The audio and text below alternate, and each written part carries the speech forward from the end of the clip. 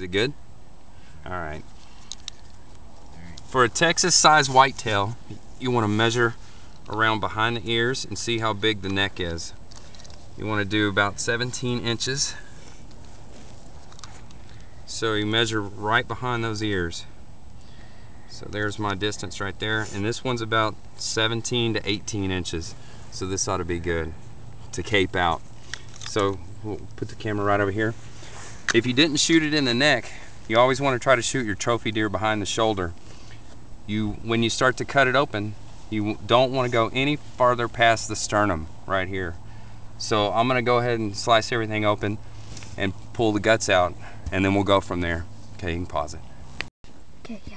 Okay, so once you get the guts out, you want to reach in here and cut the diaphragm, because you're wanting to reach up inside there and remove all the lungs and the heart.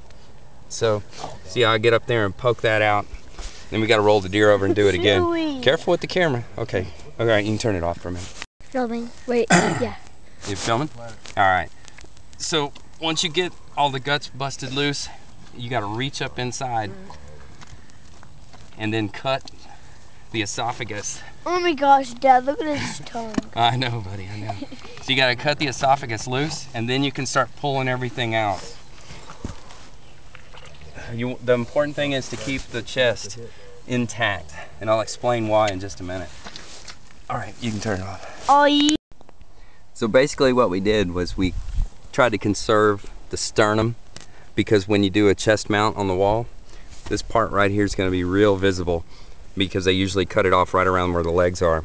So if you were to shoot the deer in the neck, a big one, or cut from all the way up to the sternum up to where the jugular is, like a lot of people do, the taxidermist cannot very well stitch this portion together right here, the portion that's visible.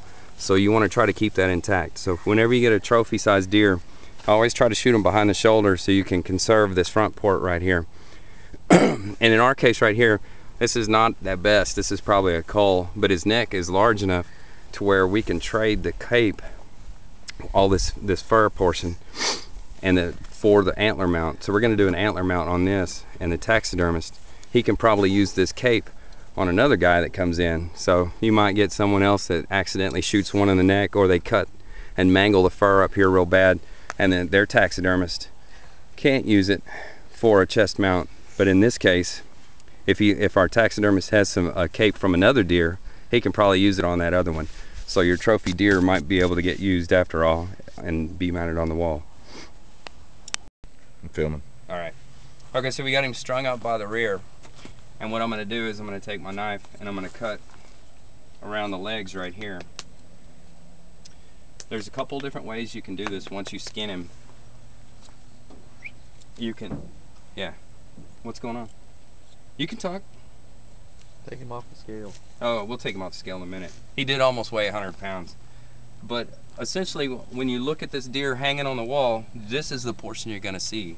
This is the part right here that's really hard to stitch up for a taxidermist. There's going to be some of the front legs showing on this, so we want to make sure we keep our fur intact here. There's two different ways. Once you pull the skin down, you cut all the way around here on both front legs, and you can pull the skin off like socks. The skin is going to stay attached to the head. There's another way too, where you can start, here, can you zoom in and right in this area right here, where you can take your knife, and I'm not going to do it, but you can cut all the way down here behind the legs and up to this point, as long as you stay on the back side of the leg and stay away from this area. So you do that on both. It's a little easier to skin that way. But just to be safe, I'm going to do the socks, what I'll call the socks method.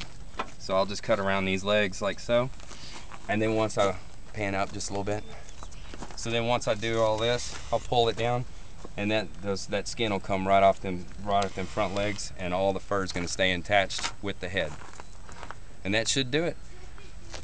And that's called caping a deer. All right, you press the shutter button on top.